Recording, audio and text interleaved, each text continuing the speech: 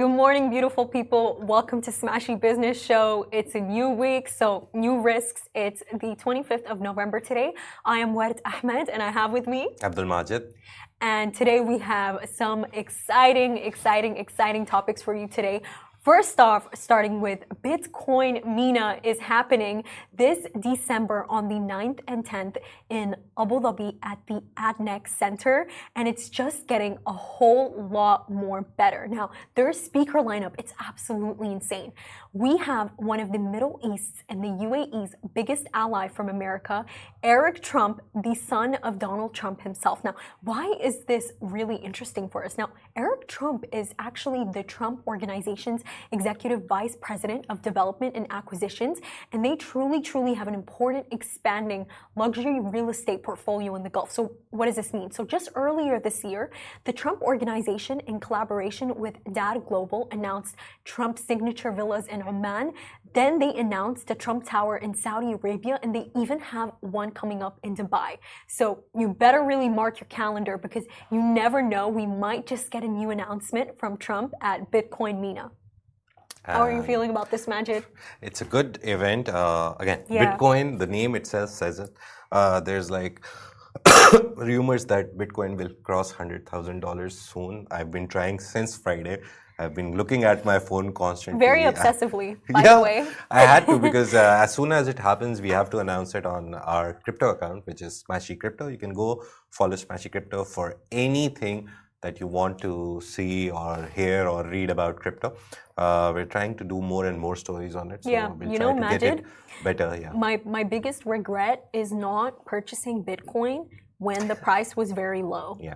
And now just seeing that price rise and seeing many people who are about to win from this, the regret that I feel is so immense. But, if you're like me, you missed your chance. This is exactly why you need to go to Bitcoin MENA. So you can actually catch up with all the updates. So you know what's going to happen, how the market works. I know that a lot of people don't have the most knowledge on Bitcoin, but keep in mind, this is the new capital power that we have in this day and age. So if you want to catch up with it, I would make sure to catch up with that summit. So if you have $100,000, will you buy a Bitcoin right now? Would you? Do you think right it's now, a good price? No, because you buy when the price is low. Yeah. You don't buy when it's high. That's a waste of money. You sell when it's high. So you always buy when there's a sale going on, right? Exactly. Yeah, of course. Like when the gold is down, you buy gold. You don't buy gold when gold is more expensive. But but with Bitcoin, the good thing, some people will hate me for this comment, but the good thing is that Bitcoin is so volatile that there is a chance that after Trump comes into power, he's formally brought in as the president, there is a chance he may announce some policy or something that it can go down again. In this year, even like 4 months ago, it went down to a historic low for the year of 38,000. So imagine if someone bought it at 38,000, right now he's more than tripled his money. Yeah, he has tripled his money. So investing in Bitcoin is very tricky. The experts who are famously called the crypto bros, the guys who are millionaires because of cryptocurrencies, you should listen to them sometimes. Sometimes their advice is good. Sometimes it's confusing. But the main idea is always keep an eye on the currency. It's just like the stock market, but a quicker stock market. In stock markets, you usually deal, if you're a day trader, you deal in hours, in multiple hours or in days. You buy something and then you sell it after 2-3 hours. Bitcoin, you sell it after 1 minute if it's going up or down. So yeah, with cryptocurrency, it's risky, but again, high risk, high reward. Of course. And always buy low and sell high. So wait, there may be a chance that it comes down somewhat, but with pro-crypto Trump coming into power, there is a very low chance. But there is always a chance with cryptocurrency. For sure. And for today, we have big announcements for COP29. Yeah. They have finally come up with a climate fund that we have been waiting so long for. Yeah. Can you tell us the numbers, Majid? So 300 billion. They've announced 300 billion. You look at it, you think of it as a very big number. Yeah, $300 billion for climate funding. The idea is that the rich countries, basically who are the main polluters, because they have bigger industries and they produce the most environmentally dangerous stuff, chemicals, fumes, everything. They should be the one paying the developing countries, the island nations. The island nations, some of them have been predicted that by 2050 they won't even exist. So those countries, those are suffering because water levels are rising, temperature levels are rising. Everything bad is happening to those smaller island nations. So those countries were not happy. And one of those countries, it's not a small country. That was like the surprise for me, that the envoy to COP29 from India, she was really angry because we've seen devastating floods in India. Their coastal belt, the whole belt is suffering from floods. The internal areas are suffering from floods because of climate change. It's very simple. So they were very angry. And the activists, I remember COP28, the very good part about COP28, we should praise it whenever I get a chance. COP28 had a whole area for activists and protestants. So they created a whole environment where they could protest. It was unseen ever in a COP where they give a special area to activists. Otherwise, they're usually doing it outside the area or halls. For this climate fund, are a bunch of countries, and how many countries are involved with it? There's no exact number of countries. Everyone signed it. The good thing about COP is whenever you sign a document, everyone literally signs it. Because the smaller countries, they thought nothing. Something is better than nothing. And for the richer countries, it was like, okay, we're doing something for you, so don't be scared. But obviously, the biggest contributors come the biggest money comes from private organizations in the developed countries. So US, UK, Europe. Majid, the reason why I specifically asked if all countries have signed this is because what I see this as is that it's a very classical example of game theory. The reason why they signed this climate fund in the first place is because all these players, all these countries joined in together. But the catch is just one pulls out. Just one major player pulls out and the entire thing will crumble. And I'll tell you why. I don't predict for that to happen. I hope that doesn't happen. But I just want to say that these agreements, we do have to mention they're always volatile because for like when you take a look at the context of climate change as a whole, there are 3 countries that actually hold the most carbon emissions in the world. Not countries, actually. Number 1, you have the US. Number 2, you have China. And number 3, you have the EU. The whole countries of the European Union, yes. All of these 3, they actually hold the most the most carbon emissions in the world. And the reason why I'm specifically mentioning this is because this is the issue with climate change, by the way. It's a transboundary pollution problem. Like if I'm polluting, I don't just affect myself. I don't just affect the country I'm living in. I affect other countries because pollution, of course, it transcends borders. And this brings me back to my point. Do you know that, Majid, I believe it was in 2013? So basically in 2013, they had this Paris Agreement. And in this Paris Agreement, what happened was that the United States, it pledged to reduce emissions by 26% to 28% below 2005 levels by 2025. And so what happened is because the US did this, China also committed to peaking emissions by 2030 and achieving 20% non-fossil fuel energy. Now, this is all great, right? This is a very complementary strategic relationship. We see that in this example, the players, they were working together to, very cooperatively to reduce emissions. But here's the catch. What ended up happening is that in 2017, the Trump administration actually pulled away from the Paris agreements. And do you know what happened? China was like, okay, then I don't have to reduce my emissions. And they actually increased their fossil fuel production. They increased in coal consumption. And so what I'm trying to say is that these agreements, they're truly so beautiful, but just one country pulls out. One country pulls out and it just triggers this entire game where the other players are like, it is a domino effect. If one is increasing, the other might increase or decrease it, but one pulling out, it makes other countries think that, okay, we can do that too and we can evade responsibility. And that's what I always find so scary about climate change. Like, are they going to do that? Are they going to pull out? Because if they pull out, everybody else is going to pull out. Because climate change, honestly, dealing with it, it is very expensive. It is costly.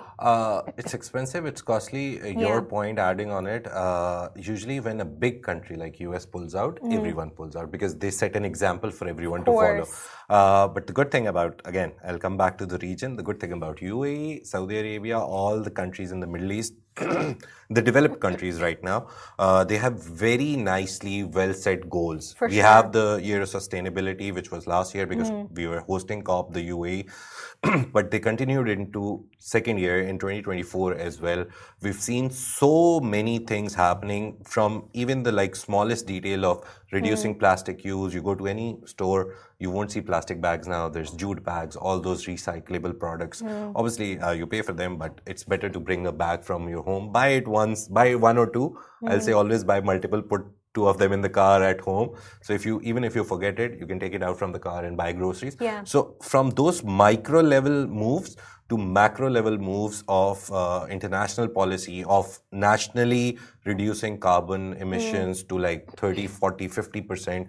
UAE consensus, I remember, all the countries agreed. The UAE consensus was famous for this, that by 2035, the next decade, all the countries in the world promised that they'll reduce it by 60%. Everyone promised. So everyone includes everyone. Yeah, US, China, everyone. You know, I remember even before the COP29 in Azerbaijan, I saw this news article, I believe it was on the Khalij Times, and the UAE, it was already plotting to make sure that they do not come out of this summit without this climate fund. That's so amazing. But that's a sad thing though, Majid, because as I said, you know, America, China, the EU, they produce the most emissions. Because of the fact they produce the most emissions, it's very unfortunate, but they are the ones who decide the trajectory of what happens to our planet. Apart from planet, I prefer going to the micro level. Again, coming back to that India point, she was really angry because she knew that she comes from a developed country. India is a very big economy. It's the fastest growing economy in the world. China is the biggest growing economy. All these countries, they get affected a lot because they have mountain ranges, the snow is melting, the water is coming down. So India's move, and then one of the good things that I saw in this COP story was the next host is Brazil. And if you see these three hosts, UAE, Azerbaijan, Baku, and then Brazil. Next one, Brazil?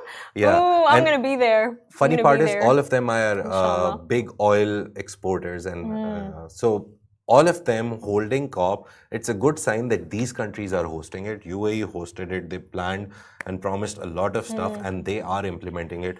UAE's plan, if I remember correctly, is to go net zero by 2050.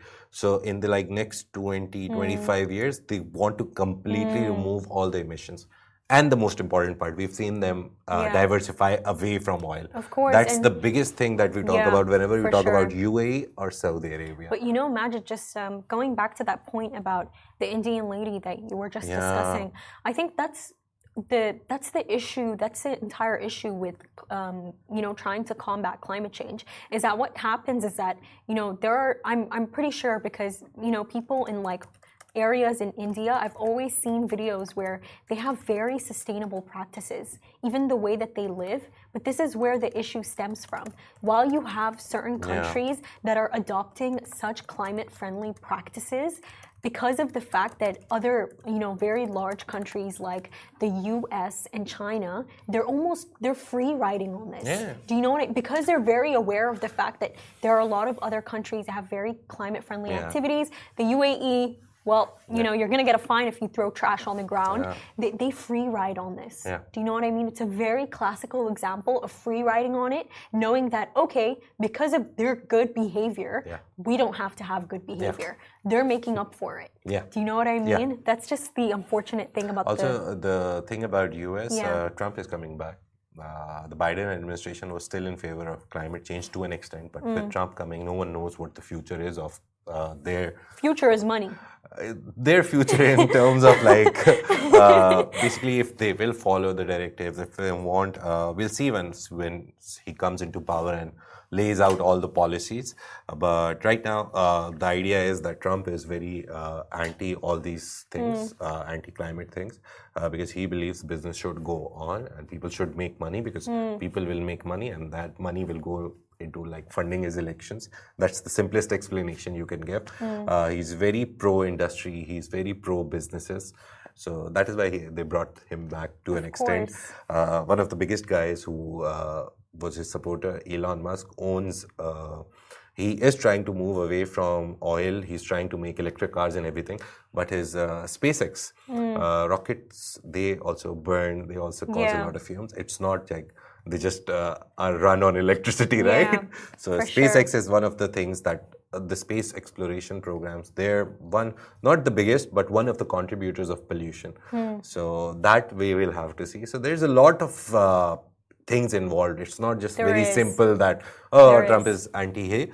He has a lot of supporters who are very anti these policies, because then they will stop making money. And that's why, because we have such leaders, now more than ever, sustainable practices are becoming so important, and Saudi Arabia is leading in this field. They are launching the first sugar-free soda known as Milaf Cola that is made from date extracts. I know. That's very, very interesting. So essentially what happened is, after the camel milk brand Noog's success, under the parent company Sawani in Saudi Arabia, it was launched by the Public Investment Fund in 2023 and famously endorsed by Cristiano Ronaldo. The kingdom has set out to create Milaf Cola. And this is really going to reshape the beverage industry in Saudi Arabia while still driving its diversification plan. Now, let me tell you a bit more about the companies who are involved in this. So, Al Madina's Heritage Company, a public investment fund subsidiary, in collaboration with the National Center for Palms and Dates, is launching this soda. Now, this is, when I take a look at this is so historic, because I've never heard of something like this before. I really have never. Sugar-free cola made from dates. And I think when I take a look at the story, Majid, it really speaks to my heart, because of the fact that Saudi Arabia, they are leading while still staying true to their Arabic values, because dates, they're embedded into Arabic culture, they're embedded into Islamic culture, and to see that a country is rising, it's becoming an important tech hub while staying true to its Arabic values, especially its traditions, that is something so beautiful. The most important part is that it's coming at a very good time. We've seen the global beverage giants, they're scaling back, and they're facing a lot of problems because of their association with Israel, or somewhat vague association with Israel, and Israel's genocide in Gaza is happening. So a lot of people are moving away from Coke, Pepsi, all the big giants. So this is like the prime opportunity for any beverage idea to go into the market. We have seen Gaza Cola, Cola in Pakistan, Egypt has their own version, all the Middle East, Jordan is coming up with their own version. Gaza Cola is exporting to these countries because obviously there is demand. So a lot of companies came up with a lot of products in this last year, because they know that there is a gap now, a very big gap in the market, because beating these giants, the cola giants, the beverage giants, was nearly impossible. But now you have Alakoze Cola. There's so many options and now. Not just that, by the way, Saudi Arabia itself, it's one of the largest exporters of dates in the world. And following right after it, there is actually Israel. And especially considering the political climate right now in the world, the fact that Saudi Arabia is further capitalizing on being this exporter, and it's further using dates to create more variations of products with it, it is really going to move that date capital away from Israel. And I think that in itself, that's something amazing. That's something really amazing. But there's a lot of numbers in the stories. Saudi Arabia's date exports rose actually by 9.9%. 750 million Saudi riyals were gained because of that in the first half of 2024 this year, compared to 683 million in the same period in 2023. So it grew, the market is growing, and 100% of their growth in Brazil, they actually saw 100% growth. Apart from that, Norway, Italy, Canada, it's going all across the globe. Notable increase was in Germany, 91.5% increase. So a lot of these European countries and Asian countries and Southeast Asian countries, they're now exporting more and more stuff from Saudi Arabia. And obviously, Saudi Arabian dates are great, to be honest. I've eaten nearly a lot of kinds. They're great. The climate is perfect to grow them, so they have a very good date market. UAE itself has a very big date market. Yeah, but Majid, I've noticed something very recently. A lot of the dates that I buy, they always have so much added sugar. Dates? They do. They add sugar into them. Oh, I never had an idea about that. I know, because I always read behind the label. Oh. And that bothers me so much because I'm growing up, I'm very used to eating like, dates that are, this is why I love Saudi dates. They have these dates, I forgot their name, but they're very like rock solid. Oh, yeah. They're rock solid, and when you actually bite into them, it's not like a sugar rush. These are the best kinds of dates. Nice. The ones that fall right off of the palm tree. I have family members who bring them for me from Saudi Arabia. They increase your iron levels, by the way. Nice. So I would. Oh my God! Do you think this soda will be good for iron deficient people? Depends. Oh my God! They should totally market it as that. When it comes to UAE, we'll pick it up and we'll read the label behind it and see what's good. But yeah, see, processed will always be processed. Fresh will always be fresh. I always prefer a fresh date milk like kind of thing that I can make at home. But obviously, when you go out, you don't have like your blender and everything with you. You can always buy them. Just read the label. That's the part. If it's good for you, why not? But the market is growing. There's two main ideas, two main takeaways. The beverage market is growing, and Saudi Arabia is using dates to diversify the products that it's offering. So I personally think that Saudi Arabia is doing great with these. They're doing very great. They're using revolutionary. Ronaldo in the ad for the other one. Yeah, perfect marketing technique. Use Ronaldo for everything, right? And just on the topic of Saudi Arabia, for our final topic today, 20% of businesses in Saudi Arabia and the UAE have no plans for AI adoption. Now, I know you're all sitting there thinking, what did they just say? Because we always talk about AI. We always talk about all of these AI-driven startups. So this one's very interesting. So basically, a recent survey by the International Data Corporation revealed that a mixed landscape of AI adoption in Saudi Arabia and the UAE. So now, while 28% of organizations in the region have already invested in artificial intelligence, 21% of them report that they have no plans to take part in this whatsoever, and I commend them. I really commend them. Look at you, keeping people's jobs. No, it's not people's job. It's actually making their jobs easier and making using less time to do more productive stuff. That's my idea of using AI. See, it's not just using ChatGPT or like image makers or other stuff. A lot of people now, developers I've seen, you go to the freelancing sites, you see a lot of new developers now making custom AI chatbots and products for different companies. For example, if in our company we need some process which is mechanical, is repeatable, is easily repeatable, we can always create a small AI application and make it easy. We won't need a human to do that mechanical stuff. So they can focus more on other stuff which humans are better at, creativity, writing, speaking, a lot of other stuff. So that way AI is very helpful. I led with this number because the number is quite significant. It's not, and compared to the people who have already adopted it, 28%, there's 21% still who don't want to do it. The rest remaining people said that they plan to do it. So that means they still haven't done it. Humanity. Yeah, so they still haven't done it. So 28%, 100% adoption. They've taken some AI and used it in their operation, but still a lot of like 72% of the people they are either planning, or 21% are like, no, sorry, no AI. We'll use humans. So it's a very good report. The main idea is that AI is everywhere. So it's better to win the race by using it, right? It is. AI is everywhere. And with that being said, thank you so much for watching, everyone. We really, really appreciate having you here. Make sure to tune in for tomorrow's show. This is Smashy Business Show, a Smashy Business production, a part of the Augustus Media Podcast Network. You can find us on Beehive. We have a newsletter there. And you can also find us on Instagram, X, and LinkedIn. Please make sure to tune in and have a lovely, lovely day.